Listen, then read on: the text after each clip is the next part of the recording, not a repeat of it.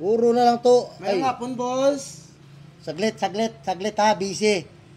Bastos ka, kita mo nag-aayos ako dito ng ano, papasok ko lang. Anong ginaayos mo?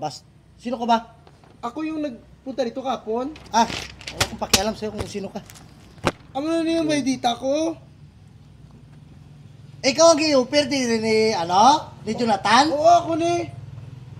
Puta daw, itsura mo pala daw, hindi ka nakatanggap-tanggap ha? Grabe ka naman.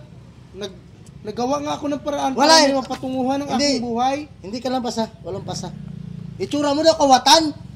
Kung maubos mo mga parts ko diya. Paano ko na maubos sa parts mo? Nakadamo sina.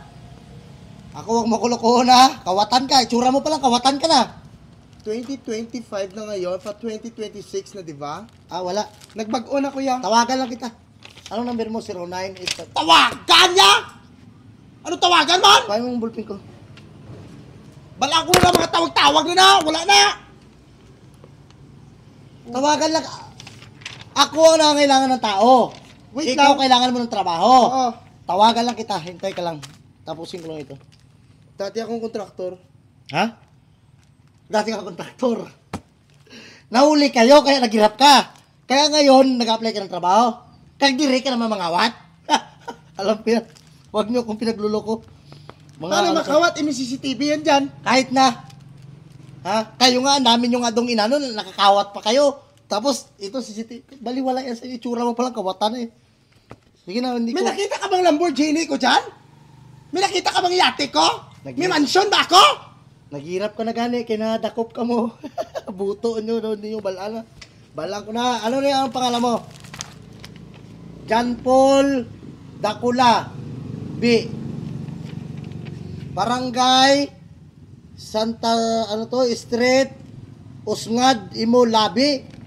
Putar ka, tampao, nakakarayuson mo. Usngad, di mo labi. Hindi usngad, di mo labi. Graduate.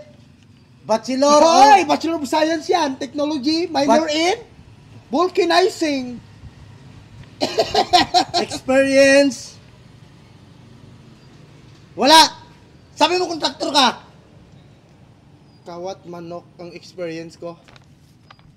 Woo! Malis ka dito. Sira-sira ka ng business ko.